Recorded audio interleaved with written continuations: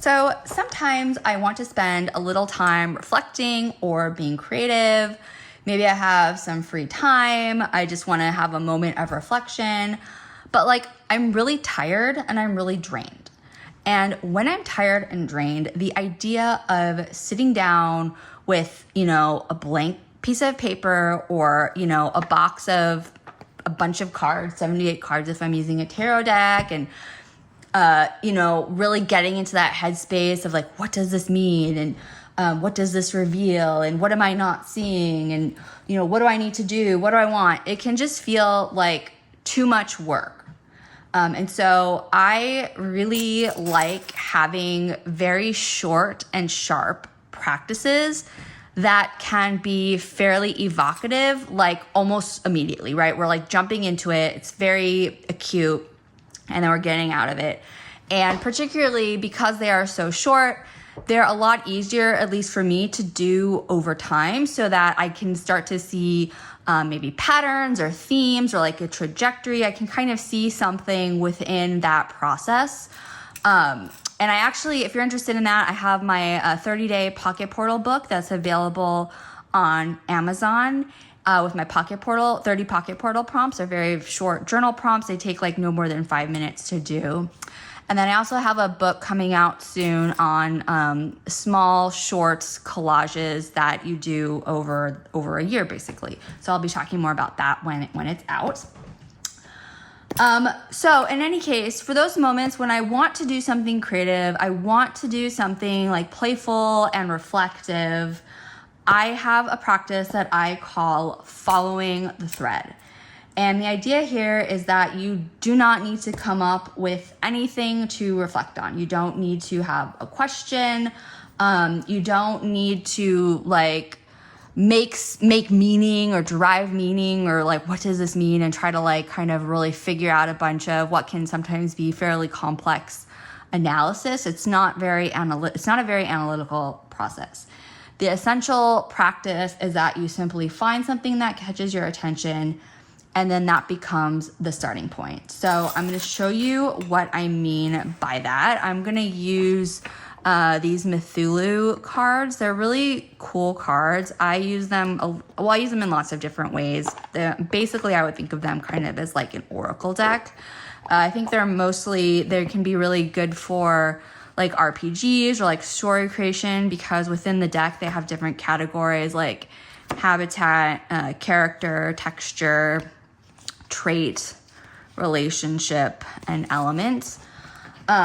So I'm going to use these, and I'm going to go with the habitat cards. So these kind of just went. Okay, so I'm going to use the habitat cards. And you can choose things deliberately, right? So if I was gonna, use maybe one of my charms, maybe I choose a charm randomly, or maybe I look through it and I choose something more deliberately. And I don't need to know why I chose it. That's not the purpose of this practice. But in any case, I'm gonna choose one of these habitat cards randomly. And let's see, I will use coastal.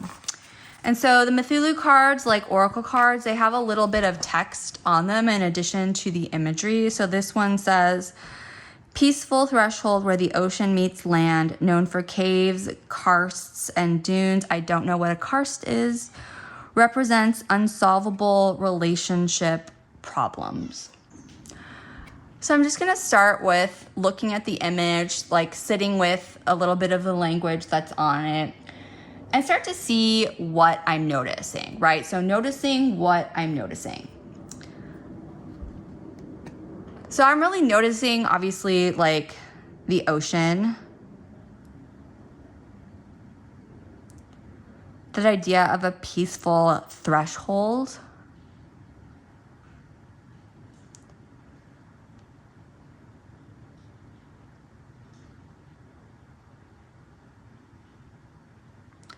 And to be honest, this rock formation in particular looks like one that's kind of near where I live. So my first association is to that specific area, right?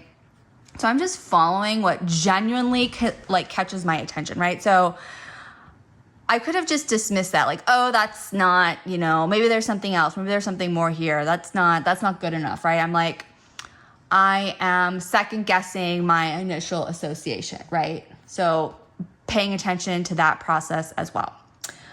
And then I would associate to that place.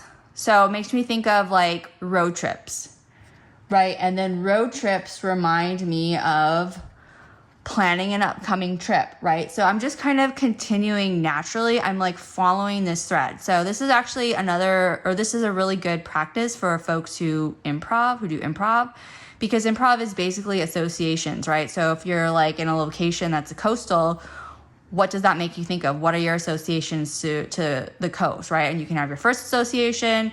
You can kind of go a little bit beyond that first association and kind of I don't want to say you're digging, but you're just kind of following this thread. You're like leaping to the next idea, right? And then I might stop there. That's enough. Maybe if something came up, I might want to jot down like a word or a phrase. You know, I really love the idea of fragment. So something that's like maybe a little bit fragmented, I might write that down in my journal. Maybe I just did one association depending on, you know, what I feel like. But I essentially don't need to necessarily figure out what all of this means, right? I don't need to turn this into a lesson about myself. I just want to notice where my attention goes, right? That is the practice, right? You notice something, you follow the association, and you see where it takes you. And the beauty of this practice is it is very small and very simple, that you can do it with almost anything, right? You can certainly do it with a tarot card, an oracle card, Dixit, a photograph, something that you find outside, maybe like a little scrap of paper or a piece of ephemera. You could even open up a book and, you know, choose a sentence, or maybe there's a particular word that calls out to you and then you're kind of starting to associate to that word. Maybe you just kind of look around your desk and you have some kind of a small object, or in my case, you know, a little tray of charms.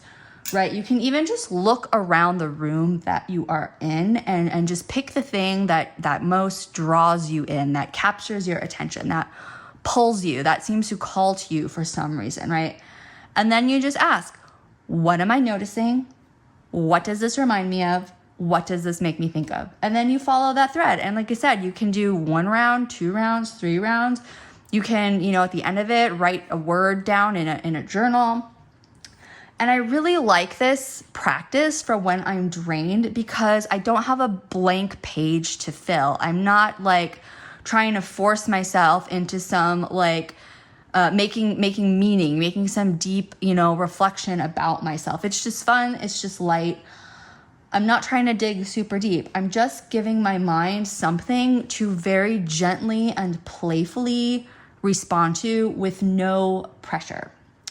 And sometimes that will lead somewhere super meaningful, and sometimes it won't, right? Sometimes I just would really notice that I'm, you know, maybe drawn to a particular color, or maybe I'll have, you know, it'll jog a memory or remind me of something that I haven't even thought about in years.